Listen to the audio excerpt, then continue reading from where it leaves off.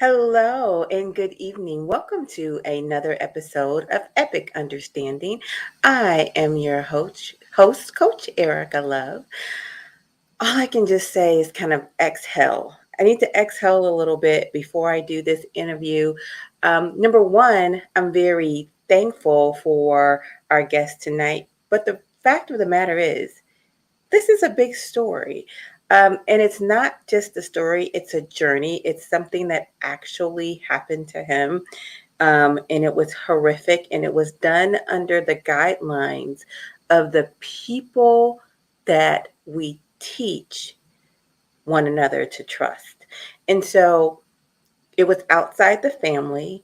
It was a spiritual leader. There was already a fracture in his soul because he was torn away from his parents. And so, just when I think of the gravity of this situation, I am heartbroken and I am in awe of how he's managed to live his life in a positive, productive manner. As you know, you guys, I love success stories. So, really, this is a success story, but at the same time, I recognize the gravity of it all. Welcome and thank you, Angelo. How are you doing? I'm doing good. How are you, ma'am? All right. Um, just know I appreciate you.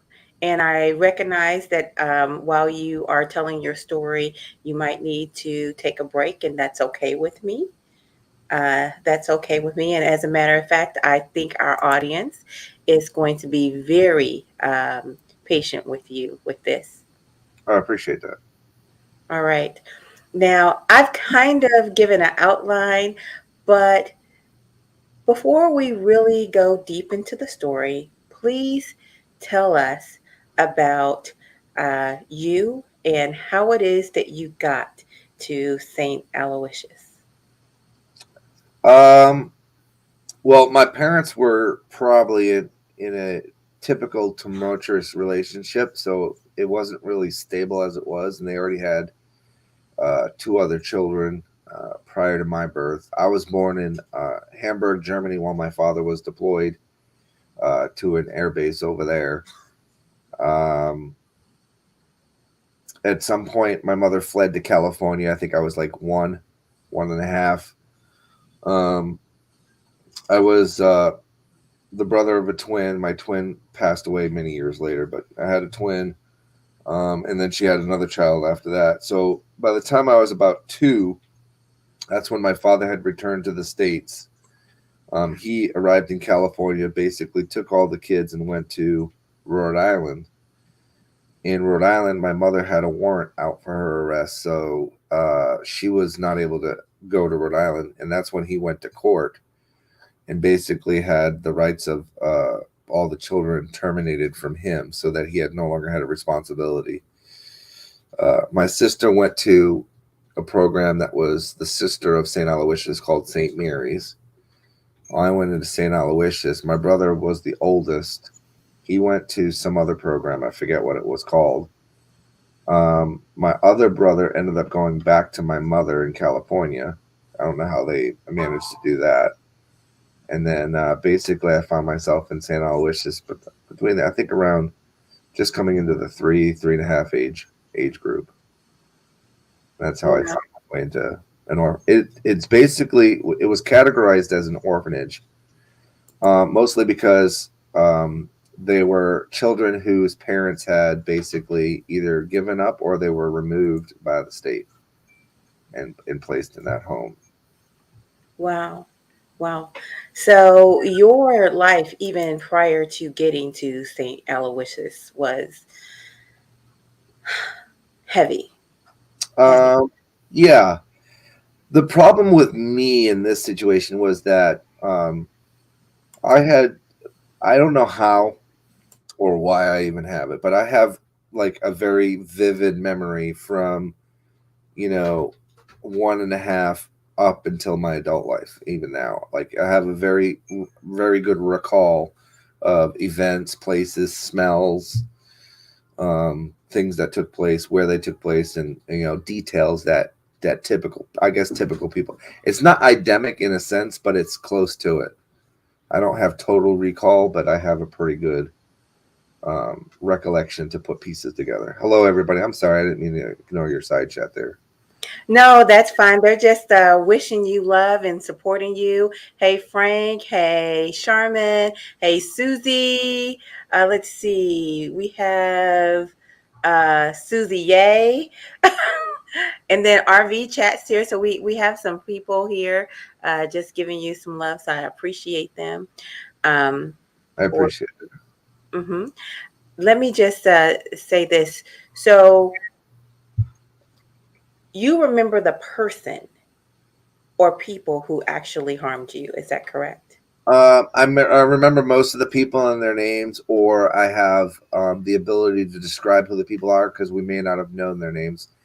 It's very different in St. Aloysius because in some cases you knew the names, and typically it was the leadership, what they called the leadership, the priest, the deacon, and his direct staff. Other staff were just known as Mr. or Mrs., depending on what section of the unit they were in. Okay. And you have pursued, no, let me just say this, because you told me that when you were young, you actually reported your abuse. Yeah, there was a time, I think I was around 7 or 8, that I had ran away. Uh-huh.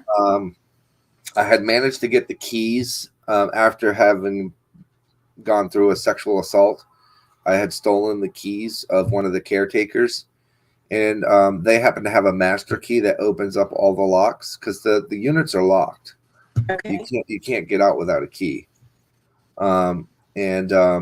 So I'd managed to steal a set of the keys, and I managed to get out to the roof line and take a steel ladder down to the ground, and I had ran, and I got picked up. I have no idea how I traveled that far, but I guess I had made it about 3 miles to a house and managed to go in, and they called the police, and the police came, and they realized I was from the home, so they took me back to the home. Mm-hmm. But in the car while I was being taken, I was telling the officer what had happened. The next day I had a visit from DCF or DCYF, they call it in Rhode Island. Mm-hmm. And am I allowed to say their name, like my social worker's name and things like that? Because I remember all. So Yes. my social worker at the time, her name was Patricia Prader. She was already, I think in her mid 50s. And she had about 200 kids to her caseload. And that's an important note to make. One person, 200 kids spread out across the state. That caseload is too big, and it allows people to slip through the cracks, and that's what happened here. So I reported the initial assault to the police. The police got the state involved as per protocol. The state did an investigation, and of course the investigation consisted of taking me into a room with the very person that was molesting me. And I actually call it rape because it was a violation of areas that, in today's terms would be called, intercourse of some form. So, I mean, I consider it rape because I was not of an age where I could adequately provide consent. Well, you certainly could consent as a child. Yeah. I just want to know that you're safe with me. And if you do not want to describe exactly what was done to you, you don't have to. But I am interested in sharing with the audience what you feel comfortable revealing regarding the activity. I'm at a point mentally where I don't have any issues talking about it because I think coming from a male standpoint, it's there's less males coming forward, and I want them to know that, like women, we can also be violated. We may not have been men at the time, and even men today, adults are violated in their males, and it's very difficult for them to come forward because we're not seen the same when it comes to sexual assault, and that's unfortunate. Mm-hmm. But especially as a child, it's important that. I mean, I didn't think this 10 years ago, but today, through experiences, through the support of my wife, and through support of lawyers who are representing our cases, I have developed a strength that I'm not ashamed of what happened. It wasn't my fault, uh, Mm-hmm. and it certainly is something that people need to pay for. I agree. I agree. So, can you tell us how often were you assaulted? It was typically a daily occurrence, either by the priest, the deacon, the priest's son, who he had adopted, who also worked at the program, or various staff members, depending on who was on shift. See, not all the staff were doing it. Not all the staff were doing it.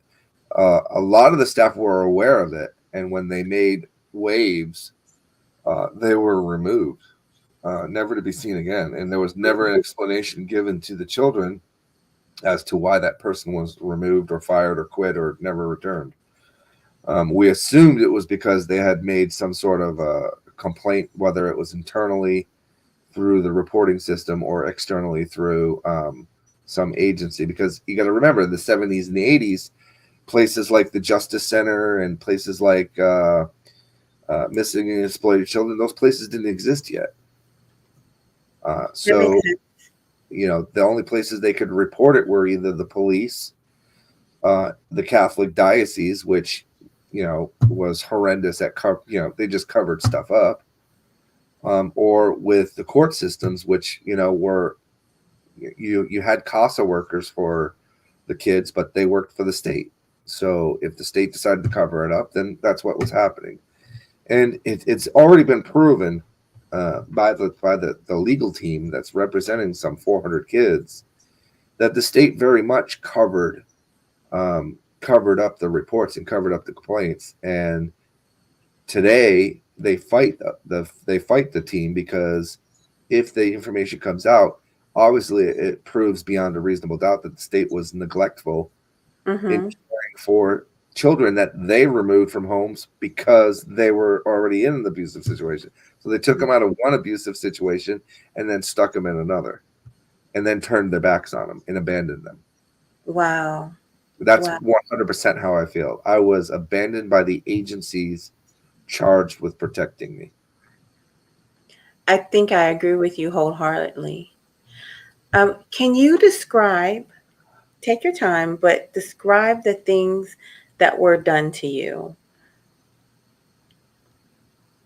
Um, I mean, you have, you know, there was oral performed, there was um, anal uh, events were performed and or um, initiated between like Joe McIntyre or Robert McIntyre, which Robert McIntyre, we knew him as Father McIntyre. He was the priest.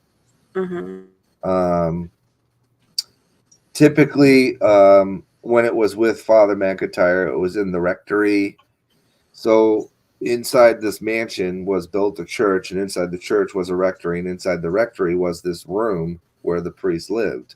Mm-hmm. And it was, it was fairly decorated, but you got to remember, 70s, early 80s, what we consider decorated then is, I guess, considered antique today, or retro or whatever. There was a lot of velvet. There was a lot of ornated furniture with like weird designs and padding, and lots of wood and books and shelves and things like that. But in his room, he had sort of like a studio setup, like a reel-to-reel kind of like where they could film events, Mm-hmm.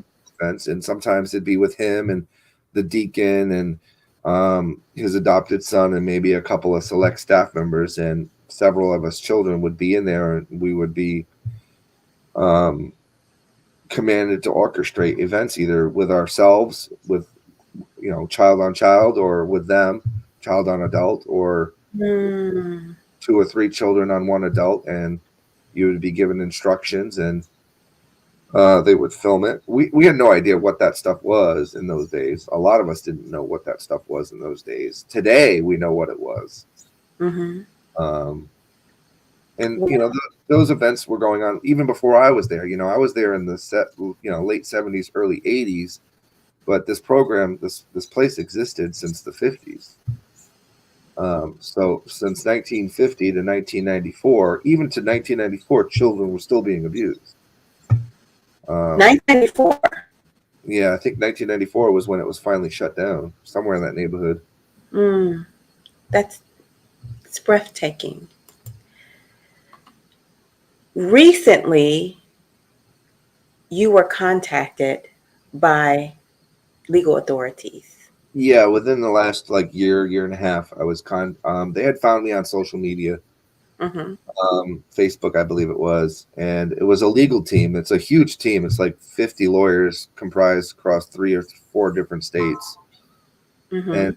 and they had been retained by a gentleman from Rhode Island who actually was in the paper. Mm-hmm. I think Giglione or Giglione, whatever his name was. He's the one that started, the whole investigation into St. Aloysius. So in that investigation, they get a list of kids, obviously, that had been through the program from the 50s up until the 90s.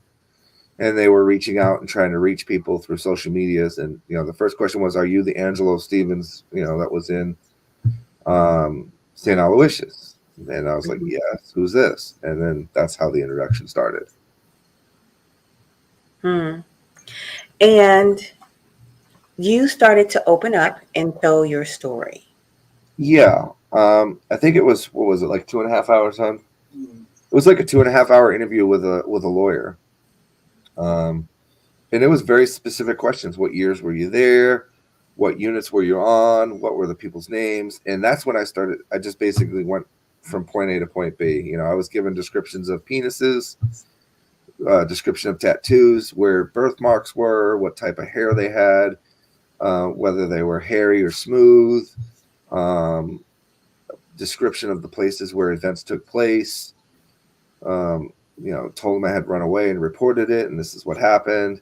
And about 2.5 hours later, the dude was like, we really need you to do an interview with the Catholic diocese, the team that represents the Catholic diocese.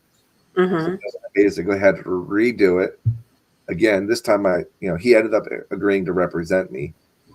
So I did another interview about 2.5 hours long with the legal team that's defending the Catholic diocese. And at that time, they had offered to pay for a lifetime of counseling if I drop out of the lawsuit, which and sign an NDA, which I obviously denied. And then I had to file a report with the state police, which was a third interview. In that process, they had obtained a warrant for Father McIntyre's house. And that was when they discovered a treasure trove. Also of note, while they were serving the warrant, he lit the house on fire and fled to Florida. Yeah, he lit the house on fire and fled to Florida. But they were able to extinguish the flames, and in there they found a treasure trove of videos and still photos of events. And then there's videos of me from 6, 7, 8, 9, 10 being raped and molested by him, by his son, by the deacon, by the Archbishop of Providence, and by various staff members. And all these videos were discovered after I had given my testimony to the legal team, after I had given my testimony to the Catholic diocese, and after I had given my testimony to the state police. In those videos, the descriptions of the rooms matched my testimony. So I was asked to go to the Rhode Island Capitol and speak to lawmakers to change the laws in Rhode Island, because the statute of limitations for sexual assault cases is 7 years. Okay. I hadn't gotten around to doing that yet. That's still in the works. But right now, they tried to get it increased to the age of 52, which was later overturned by the diocese, who had pumped money into campaigns of politicians that overturned it when they got elected. And so you feel as if that, well, I don't want to put this in your, words in your mouth. Do you feel like you're being victimized again by a whole new system? Um, I suppose that that's one way to look at it, but I prefer to look at it as empowered. I don't like when people take my voice or my anger for that matter. I'm angry. Mm-hmm.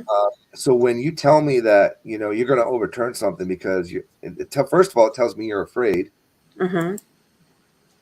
and it tells me that I am a danger to you because I can make you lose your case, and Mm-hmm. that's why you want to silence me. And when you try to silence me, you're going to make me fight harder, and that's basically what I use it as fuel. That's Uh, beautiful. you know, I I love agree. I agree. The statute of limitations on all sex crimes needs to be revoked. I agree with that as well, for sure. Tell me, you just said that you use it as fuel, and we are certainly going to go back to the details of your story, but you did something really cool with your life now. Yeah. You know, I met my wife at a young age. She was like 6.5 years older than me. So I met her in a laundromat. Mm-hmm. Um, she was a hot woman. She's still a hot woman to me. Um, I'm sure she's a hot woman. I, I view beauty very differently, I guess, than the typical male.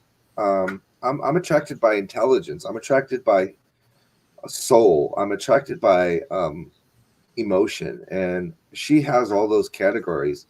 And I never had that in my life. I grew up without parents. I grew up in an institution that, for the most part, for a good portion of my younger life, hurt me. Uh, Mm-hmm. so, meeting her probably was the catapult to my change in life and me not being a criminal, me not being a drug addict, me not being an alcoholic. And she blessed me with beautiful children. I went into the military. I started as air defense in the military. Mm-hmm. So, I did my training at Fort Sill and I went to Fort Bliss. While I was at Fort Bliss, I just, we discovered our son was really sick with a rare disease that could kill him. Mm-hmm. So I ended up switching careers into the military intelligence field and, becoming an interrogator, doing training with micro expressions, doing training with psyops, psychological warfare. Mm-hmm. And ended up my ending career was at Fort Belvoir, working with cyber terrorism units and counterterrorism, and basically infiltrating social media sites to um, find potential threats or targets that were harming or would harm American interests, whether it was in our country or in territories that we had interests or values in. So the last 2.5 years basically was, creating a cyber unit for the U.S. Army that worked within a military installation that had access to real time, social media threats that could be reported up to the Pentagon and directly to the Joint Chiefs. And our unit was a direct, a MACOM unit. So we reported directly to the Department of the Army. We were reporting to general officers and, congressional and Senate members. And that was, the last part of my career. And That's then when I retired, I started my Viper group, and we basically we look for predators online, and we try to give a voice to children that ordinarily wouldn't have that voice. exactly. So that's the part that I wanted to hone in on right now. Although you are retired, and thank you for your service, Thank you for your support. um, you spend your life, you spend your time helping abused children. Yes, not much of it does. I don't advertise that much online in relation to what our family does for abused um, or I don't like the term, but abused or neglected children, but it's also about children that are potentially trafficked as well. Uh, Mm-hmm. so I team up with a Christian organization that works with missing and exploited children. It's contracted by the federal government, I see. and basically we work at the border crises. We step in for FEMA when we need to because basically FEMA has a specific set of things that they can do based on government regulations. When we're contracted out, we're not subject to the same regulations, so we're able to do things beyond the scope of what the federal government can do. And it's a complete 501c3 that is, everything's paid for through donators. And we basically, we intercept adults bringing children over the border, and we create DNA profiles to determine relationships. And we Mm-hmm. have, we have managed to stop, 15 to 1,600 coyotes a month from potentially trafficking children. Wow, 1,600 a month? Somewhere in that neighborhood, there's, the border averages about, 15 to 20,000 a day Mm. on average. And I that's, love that you fight the bad guys. oh, we try, we're not perfect, but we get a lot of them. Once the children are separated from the trafficker, we then create a profile on the child. We try to locate family members within the U.S. if they're within the U.S. If they want to become U.S. citizens, we have a legal team that's working with them to go through the process of the legal documentation that's required. And we have translators to speak different languages, because not everybody that comes over the border is Spanish or Mexican or anything. We could have somebody from Africa, we could have somebody from Lithuania, but the borders are, Canada, Texas, California. They're entry points for people from different countries. So Mm. our goal is to try to get them reunited with actual family members, and that takes DNA, that takes legal. We make sure that they're medically treated. We built a school. We built a police station, we built a firehouse, we built a legal team, and everything's all taken care of in one location. Our goal is between the entry point of the child to the exit point of the child, 15 days or less to get them reunited with family. Oh, wow. 15 days. That's That's what we amazing try to work. do. It's absolutely amazing work, especially considering the fact that many people, many of the young people who were in your very same circumstance actually turned to a life of crime. That's correct. I don't have exact numbers. I know there was the lawyers that are working on our cases are working with 497 people. Mm-hmm. Roundabout. Of the 497, I believe 96 or 94 of us are basically um, honorable contributing members of society. Um, So let's just slow that number down. So there were 400 and how many members? between Or these are cases between 1970 and 1994, 497 cases. 497 cases. That's one number. Now here's the next number. Of those 497, Mhm. only 3 have made it to court, Only three have made it to court. Oh. and all 3 have lost. Why did they lose? The first one was he's a he's a contributing member of society now, but Hmm. leading up to court, he was a thief, abusive. He raped himself, other children when he was older, and was high on meth for a good portion of his trial. So the judge basically, dismissed the case. I see. The I other see. 2, they just didn't have enough vivid memory I see. to facilitate actual proof or investigation into the case. Okay. Now, you said another number. You said only 97 of you 97, are between 94 and 97. right. So between 94 and 97 of you are contributing members of society. Is that correct? Like Yeah. basically non-criminal. We're we don't have a criminal record. We can hold a job. Some of us are married with children of our own. Some of us are advocates in the community, or other members just don't want to talk about it at all and they just live their life. I see. That's that remaining group. Okay. Of that group, maybe 9 of us, 10 of us have come forward to give our stories. So it would be safe to say that this abuse, these adverse childhood experiences, created a huge hole in, you know, your ability to actually grow up and be functional. Yeah. You know, um, Mr. Steele would like to know some specific things that made you heal. Oh, okay. Well, I'm not gonna lie. I'm gonna tell you, anger was probably the first part of my healing process. I was angry at God. I Mm-hmm, was angry at the state. I was mm-hmm, angry at Catholics. I mm-hmm. was angry at the orphanage, and I was angry at myself. Well, let's start with your anger at yourself. Why were Um, you angry at yourself? because I always felt, even as a child, that I was strong, and it's a humbling experience to find out that you're not as strong as you think you are. Mm-hmm, And by that I mean, as a child, you can't possibly fathom trying to fight off an adult, mm-hmm, especially an adult that has control over your life, control over your food, control over your clothing, control over your freedom. mm-hmm.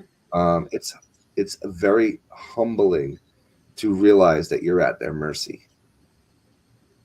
Mm. Um, Once I got over the anger of myself, I was able to realize that my anger was directed at the wrong person, me. I was the wrong person to be angry at. I still remained angry at God for a very long time because my understanding of what God was supposed to be was warped by the very place that was taking care of me. Mm-hmm. So I had to ask myself, if this is what God wants for people, I don't understand why people want to worship him or cherish him or give thanks to him or pray to him. Why would I pray to somebody that would allow this to happen? Mm. Also, on that scale, I had no idea about how many kids were being abused over the years. I didn't know any of that stuff. All I knew is I was being abused. Mm-hmm. Um, and even then, I didn't know it was abuse. I just knew it wasn't normal.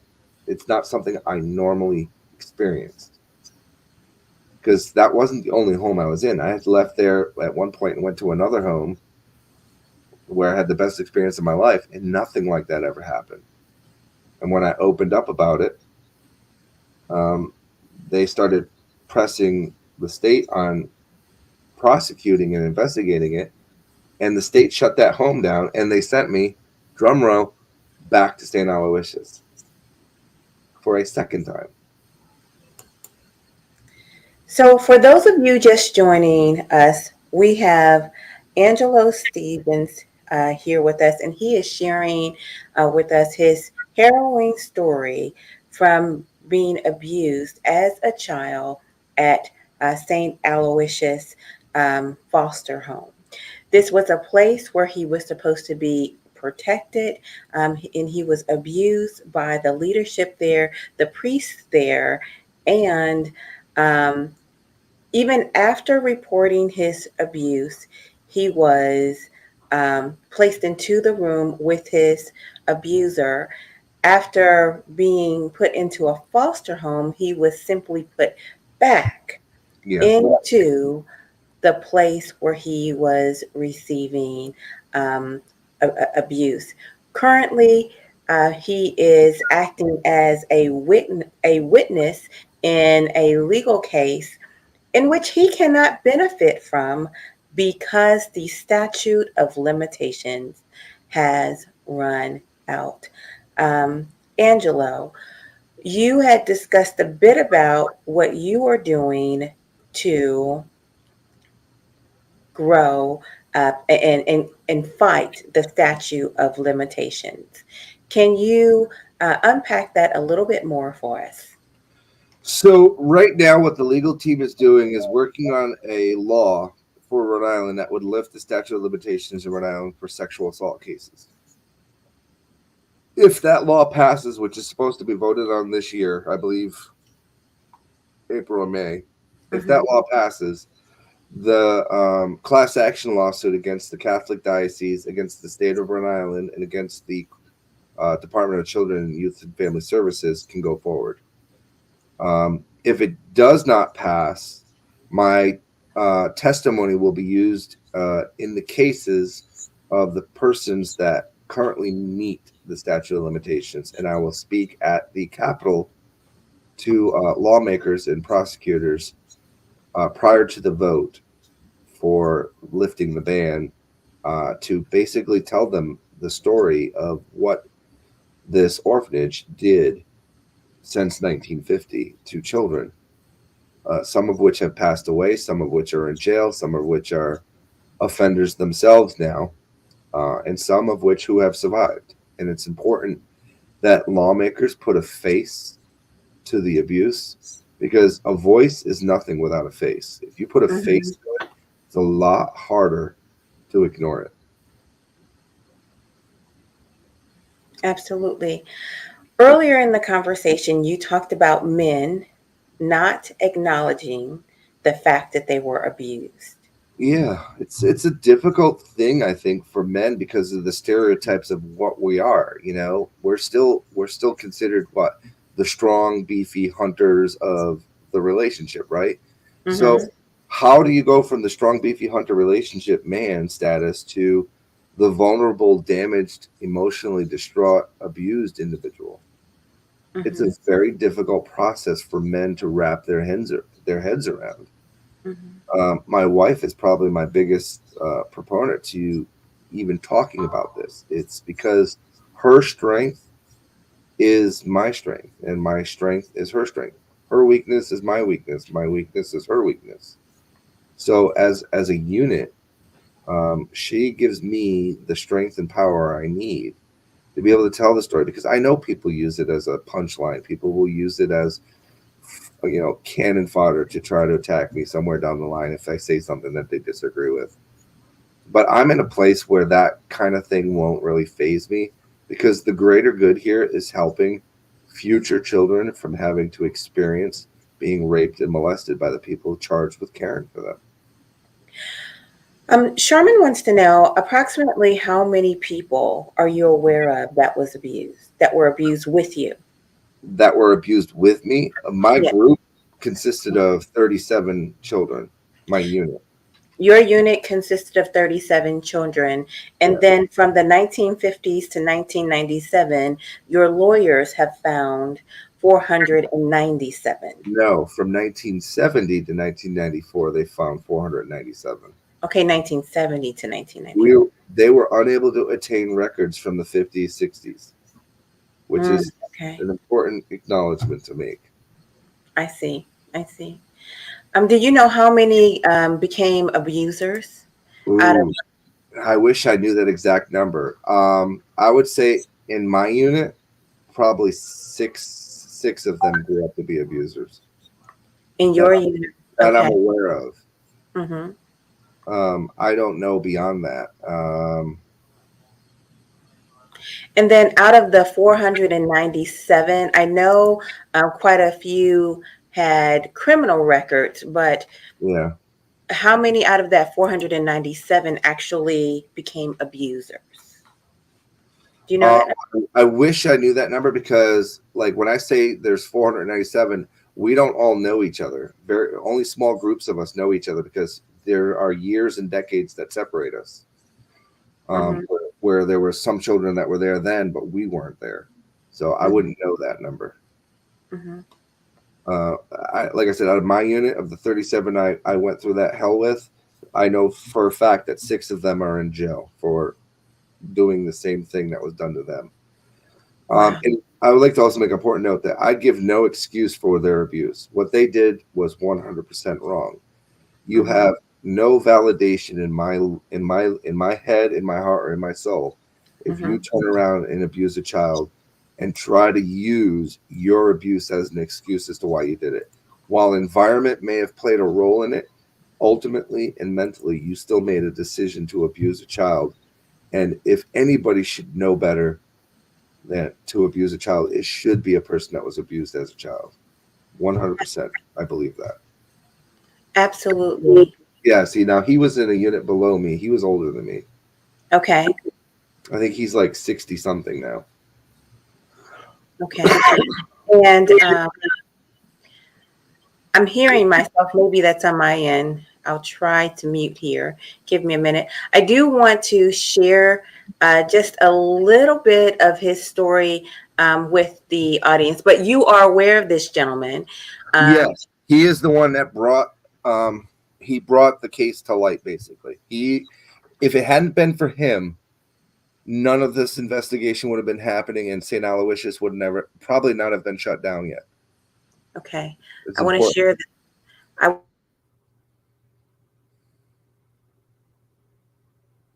The University of Missouri St. Louis is building a stronger St. Louis with an educated, well-prepared workforce. The internet And finds that it necessary starts that with we you. have a Your commercial. college degree is within reach. Find us at umsl.edu.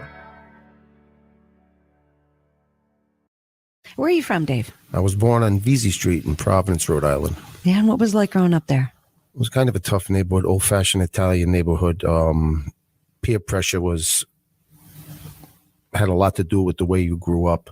Mm-hmm. You know, we played a lot of sports. We were very poor. We didn't have nothing, you know. And then my mother passed away when I was 7. And then my father put me in St. Aloysius Home for a reason which I never asked him. And what year was that you ended up 1969. in? What was your experience there? It wasn't a good one. What happened? Well, I was sexually molested by a priest there, and I was beaten. That they used beatings as a form of discipline there, especially by Sister Marietta Francis, the Mother Superior. Mm-hmm. She was the only sister that I remembered there because she's had such a negative impact on me with her physical discipline. What happened with the priest? Well, what do you remember? I remember the most is the pain. You know, the pain. And it was downstairs. We used to roller skate downstairs. You know, they'd had roller skates for us, and we roller skate downstairs. And he actually molested me twice. Once was downstairs where we roller skated. The second time was upstairs behind the chapel, in the room behind the chapel. When you first walk in the door, there was a chapel straight ahead, I can remember. And there was a room in the back of the chapel, and that's where he found me and molested me for the second time. Listen closely.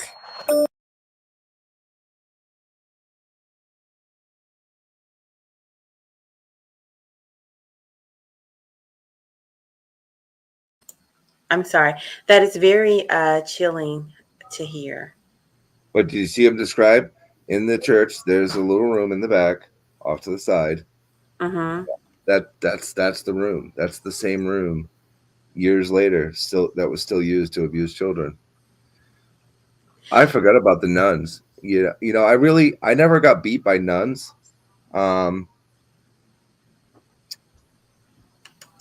Our interaction with nuns was pretty much only during church times. But I guarantee you 100% the nuns knew what was going on. That's the sound of a single piece of healthcare data. All alone, it's pretty insignificant. But with Athena Health, this single piece of isolated data is joined together with other crucial pieces of data, combining, growing, and connecting, becoming part of the largest open connected healthcare network, providing doctors with actionable insights at the point of care. That's Athena Health, innovating healthcare, one connection at a time.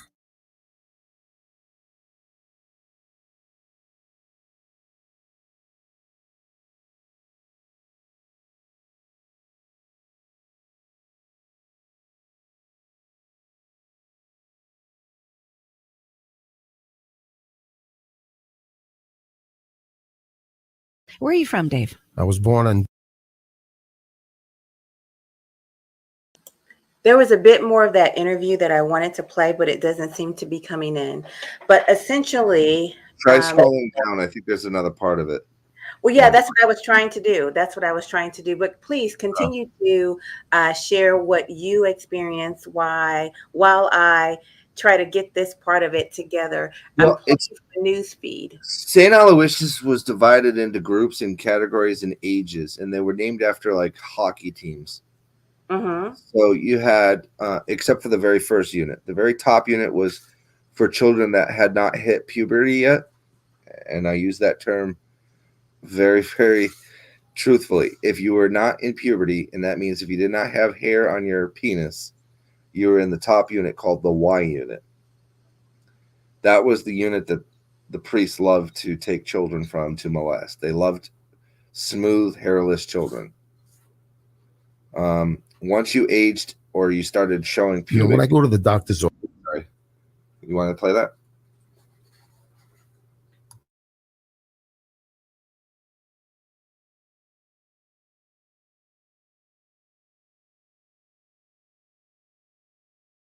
Thank you, family, for being so patient with me. When you're working with the news feed, it's not as easy as when you are working with like a Facebook video or something like that, because they have everything broken up. So I really appreciate your patience. At the same time, I feel that it is important that I give you access to this information.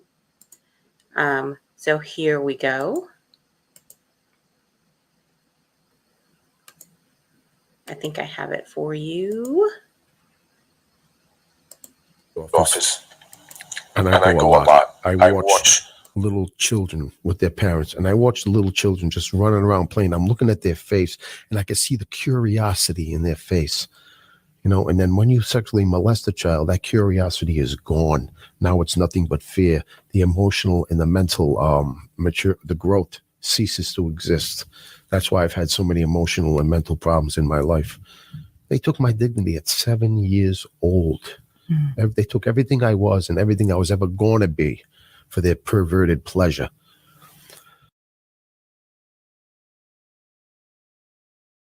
Do you feel as if they took who you were and who you were going to be? Do you feel that your childhood was stolen? That's the only part I disagree with his interview. I feel like you have a choice to either live as a victim or live as a survivor. Mm-hmm. And in my opinion, he chose to live as a victim and use that as a crutch to perpetrate the things that he did. He was one of the cases that was dismissed, which was unfortunate because he has a real trauma that he experienced. But he circumvented that trauma with drugs and alcohol and crime and played it off as, well, it was because I was abused. That should have been, as I've used the term before, that should have been his fuel to be better than what was taught to him. So what's the key? There has to be people who are asking themselves right now, what is the key to turning your fear into fuel? What is the key to doing that? You have to be able to find support structures that work. If you can't find those support structures, you're never going to heal. But at the same time, you have to want to heal too. Having the support structures and not wanting to heal, not wanting to be better, you're going to find yourself walking down a very dark path for a very long time. And the longer you walk that dark path, the harder it's going to be to get back out into the light. For me, I had a tumultuous and on and off relationship with God up until about maybe a few years ago. And I had to come to a realization that I don't get to know what his plan is. And all my life, that's how I led. I led my life like I deserve, I demand, I need to know why this is happening. When I gave in and said, you know what, I just don't have I don't get to know. I will just trust you. That was probably the very first point of healing from all of the pain and all the trauma. Granted, I still didn't lead myself down a path. I mean, I was into alcohol for a bit. I think I stopped drinking, I think once I met you, right? Yeah. I stopped drinking once I met my wife. Um, and that was, like I said, everybody has a purpose in their life, and you don't get to know what that purpose is until many, many years later. You may never know what that purpose is. Sometimes we're blessed and we get to see that purpose. In my life, meeting my wife and meeting various um, people before my wife who, after letting my defenses down, I learned weren't there to hurt me. They were there to love me and help me. Because again, I saw love as a very different thing. For 6-7 years, my idea of love was being molested, being raped. That's what I thought love was. I got things out of it. And it's very disturbing to realize that you get these toys or these radios or this equipment that you wouldn't have gotten unless you got raped. You know what I'm saying? So finding out that there's a different kind of love is a very uplifting experience, and it wasn't always well received by me. I am so glad that you brought that up, because it wasn't all sexual. There was grooming involved. There was a connection with things that you enjoyed to things that humiliated you. Yeah. So like when I got to another home after the first time at St. Aloysius, I got to a home called Tanner Hill. And, the people loved and cared about you there, but I was suspicious. What do you want? What am I going to have to do? Oh, I get my own room with a door that I can lock. What do I have to do for it? Wow. Oh, you got me a big wheel for Christmas? Oh my God, that's awesome. What do I have to do for it? So I was very combative. And the people that stuck with me, they saw something in me that I didn't even get to see. They saw a hurt, abused, unwanted individual that was suspicious of everything and everyone around them. It's important to note that the person that ran that home, even after they got shut down and I went back to St. Aloysius, they worked very hard to become my dad. But they were single. And in Rhode Island and in the 80s, single men and single women didn't get awarded adoption or children. It was unheard of. So I never got to know until many years later that this guy was trying to adopt me and be my father. And your mind is so warped and so corrupted by the things being said that I didn't know that that's what I wanted. I think I was on a TV station called Tuesday's Child one time when I was about 9. And, these families come into this orphanage looking for children. You're lined up like a dog in a kennel, and these families, they look past you. Nobody wanted me. Nobody loved me. That was the very terminology ingrained into my head. I was unloved, unwanted. I was damaged. Something was wrong with me. So years later, when I became an adult, just recently, even like officially, he's never been my legal documented father. That's what I call him. He is my dad. He is the very first step that I had been introduced into healing who I was as an individual. He was the first person to teach me that I had a voice.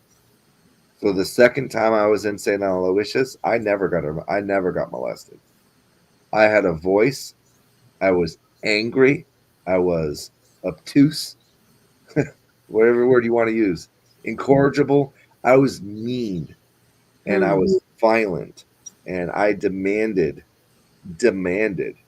respect and attention from the people that were caring for me. So I only lasted about 8 months in the home that time before they ended up kicking me out, which is, probably the best thing for me, because that's what kicked off my healing. That's what kicked off my learning.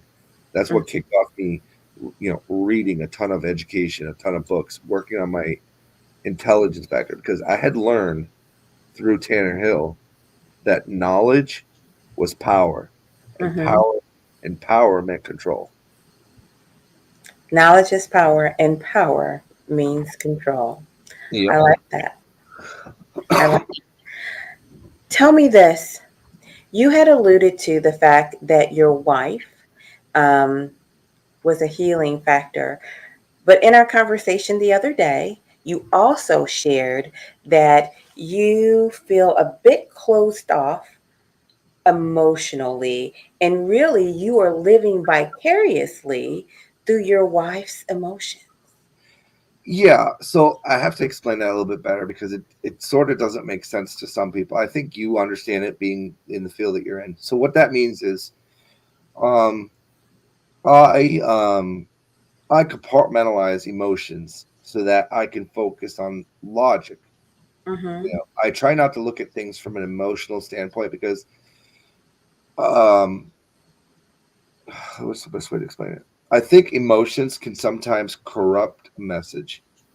So Okay. if you look at things from an analytical point of view and you look at things from a logical point of view, you're able to very accurately argue a point without the delusion. I don't want to say, in my opinion, delusion of emotion. And what that means is when you argue things emotionally, sometimes you get loud, sometimes you miss facts, or you misrepresent what you're trying to say. Mm-hmm. It can sometimes lose focus on the message. But when you do it from a logical, analytical standpoint, the message is very clear, it's very spot on, and there's no room for misinterpretation because the message was on point. There's a time for emotion and there's a time for logic. And sometimes people don't know that mixture. So my wife, she is my emotion sponge. She is able to be that reality check that I need every once in a while. She's Mm-hmm. that person that tells me, well, this should make you feel this way, and here's why. And I will take direction from that. So like um let me take hugging kids for an example. I don't hug I do now, not as much, but I do. But I don't hug my kids like she hugs the kids. Mm-hmm. And the kids don't hug me like they hug her because they respect where I am at that. They know that I love them. They know that I cherish them, and they know that I'd go to the end of hell to protect them. But the emotional aspect of it is something that I think that they need to learn because the world is not a safe place anymore. It never really was. Maybe we're just waking up to it. The world is not a safe place, and I want them to be emotionally and logically prepared to be able to defend themselves against some of the vultures that are out there in this world trying to hurt them. And I think that the way my wife and I have our marriage structured, we're about to celebrate 27 years in April. It's she has an aspect of the relationship and the family unit that she brings, and I have an aspect of the emotional and logical relationship that I bring to the unit, and combined, we make a very effective marriage. We make a very effective couple. We make a very effective parent, and without her, I don't think I would be the person I am today. Along with my foster dad, who I call my dad, along with some teachers I've met along the way, and along with a preacher that I met along the way, who was one of the turning points to me turning back to God, and along with somebody that these people on the internet don't really like, but a person on YouTube who her friendship and her contacts allowed me to take that step to go back to church for the first time in years. So Would all you? of these things are ingredients to create the person that you see today. I appreciate the person that I see today. Thank you. Would it be a true statement to say that your wife makes you feel safe? Yes, I am able to let down defense structures that I've put in my brain, in Mm-hmm. my mind palace, as Sherlock would like to say. That uh, I she is the only person that can make me angry, and she's the only person that can make me cry. She's the only person that can hurt me because she has penetrated my defenses that I have in place. Mm. Anybody outside of that relationship, I don't like to use the term, but I'm going to use it, is irrelevant to me because they are not an immediate structure in my life. They are an ingredient in my life. And like most meals, you can sometimes change an ingredient out. And that's what I do with people. If they don't add value to me, Mm-hmm. I don't need you and I don't want you. And it should be the same with me. If I add no value to your life, why are you around me? Mm-hmm. Everything about humanity should be about growing, about becoming better people. We will fall, we will stumble, and we will make mistakes. But if you can't make a change from that and become a different, better person, then what is the purpose? I see. Thank you, Mm-hmm. Susie. Be safe, hon. Very powerful. Very, very powerful. Let's focus in on your relationship with God. Well, that's going to be a different. That's a different story. So my wife was married before, and her ex-father-in-law was a preacher. And he had learned about my life a little bit. You know, he was frustrated with me sometimes because he's like, those people never taught you anything about life. Because, again, I didn't really know about life. I've been in institutions up until about 16 years old. So I didn't know what life was like. I thought I knew what life was like, but you really don't when you get out in the world. And I think he was probably the second or third male that I've actually cared about and loved as a father figure. After going to his church for a few years and learning about him and stuff, I became a deacon at his church, which was a huge step for me because I had committed myself to God. I had, done all these things and studied and learned and was preaching every once in a while in his place when he was taking a break. My wife was pregnant with our first child, and after she had given birth, our child was very sick to the point where they were going to need to do a spinal tap, which, what they say had a 50% chance of harming the child or something. There was a chance that the child could be paralyzed, killed, whatever with this spinal tap because of, she was less than 2 months old. Mm-hmm. So the person that I had grown to love, that had become a very intricate part of me turning back to God, he went to church one day, and 10 days later he was dead, and my daughter was fine. Never needed to do the spinal tap or nothing. That was a blow, a blow to my spirit, a blow to my faith, and I tried to do the church thing for a while after his death, and I just didn't have the heart in it because even I didn't believe what I was talking about. So you were a deacon in... Ordained deacon, yes. I could do marriages. I could do marriage counseling, preach, and ran a church. But you no longer... I just want to finish that. You were a deacon, but you no longer believe the message that you were saying. Yeah. I was at a point where I was thinking to myself, why would you bless me with all this stuff and then take it away from me? Really, that's where I was at. Mm-hmm. You help me heal, you help me get to this point, you help me see your message, you help me believe in you again, and then you take the man that made all that possible. Because in my head, I thought that man was responsible for restoring my faith in God. It's years later that I see that it was me that needed to understand I am the one that restored my faith in God. Yes. I didn't know that then. And that was, that was hard. I knew he was a pivot point into that. But even he today, if he was alive today, he would say, that's not me, that's God. He would give it to God. He would give it to God. He would give it to God. And that's the type of person he was. And he came from a violent past before he became a pastor. Wow. Yeah, he wore a red shirt or a white shirt. If he wore a white shirt, he was getting into a fight and probably getting arrested. And he was on his deathbed. What was it? 10, 15 years before I met him? 10 or 15 years before I met him, he was on his deathbed. And he said, God, if you're going to take me, take me. But if not, I will change and I will give my life to you. And he lived for 15 more years. Remember how I said I always thought I should know what purpose God had for me? Yes. Well, when I learned that I'm not allowed to know that, it's because I was supposed to meet him.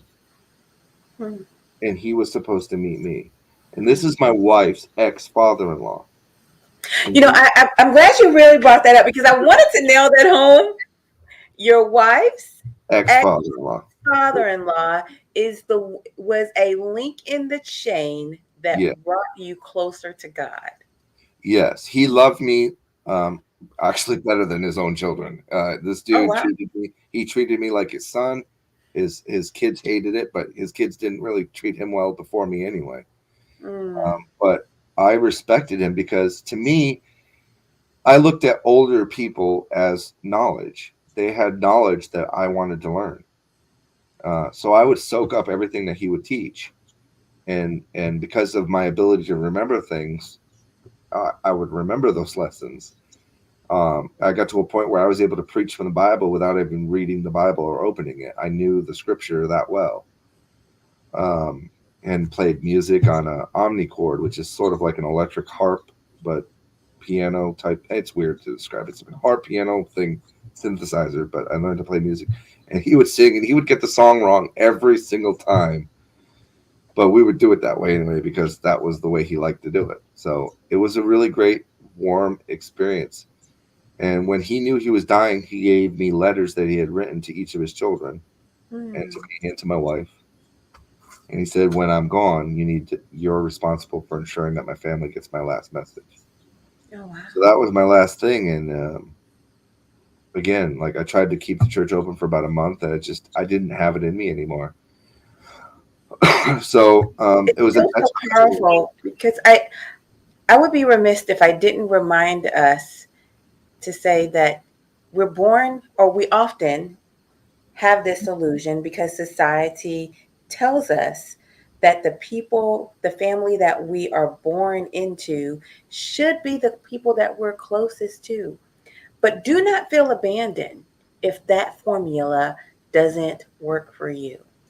Everything doesn't work for everybody. Open your heart to finding your own family, and then let those people be your missing puzzle pieces. I like that. Yeah, I just wanted to look. Wait a minute. Somebody needed to hear that tonight. Somebody needed that validated tonight, because we get so brokenhearted when the family that we are born into, they don't appreciate us. They don't validate us, and sometimes they even abuse us, and we feel worthless. But just because someone doesn't know what to do with a precious, valuable jewel does not mean that you're not worth $1 million, and quite frankly, much, much more. I agree. Yes, just thought I'd let you know that, family. Now, you are not currently Catholic. No. No. You are not currently Methodist or Baptist or any particular religion, correct? Correct. I am. I have a very large distaste for organized religion because I have come to believe through experience that many of those organized religions are corruptible because the word of God is preached based on an individual's interpretation of the Bible, and it's of a Bible that's been rewritten thousands of times since the word was originally inspired into man's minds by God himself and penned word for word. It's been corrupted and changed to fit narratives, to fit the times, to fit the changes. So I would gear myself more of a spiritual person. I believe in the existence of God. I believe in the existence of God's love. I believe that each of us is godly in a way, and that our role in this earth is to try to live as spiritually as we can, with the understanding that when we go to sleep at night, we go to sleep as a sinner. When we wake up in the morning, we wake up as a sinner. Mm-hmm. And that's difficult for some people to understand. You're a sinner. You live the life of a sinner, but you can try to live a spiritual life where you try to lead by example. And we will fall, we will stumble, we will make mistakes, and we will not do things correctly because we are human. We are not God. We are human. Mm-hmm. We are prone to make mistakes, and we are broken individuals. Our spirit is unbroken as long as we give that spirit and give that love to God. And that's where I'm at with religion. I love that. Love God and love people. Yeah. Start there, end there, and you will be okay. At least that's my thought. That's my thought. There is a whole bunch of stuff in between, a whole lot of stuff in between. But we need to get those things right. We need to get those things right. Now, Angelo, as we come to a close, I want to sincerely thank you for sharing your heart with us and sharing your message with us. I really hope you come back because you have a lot to offer, I must tell you. Oh, I appreciate that. Thank you. I'm curious, before you leave, are there any closing messages that you want to share?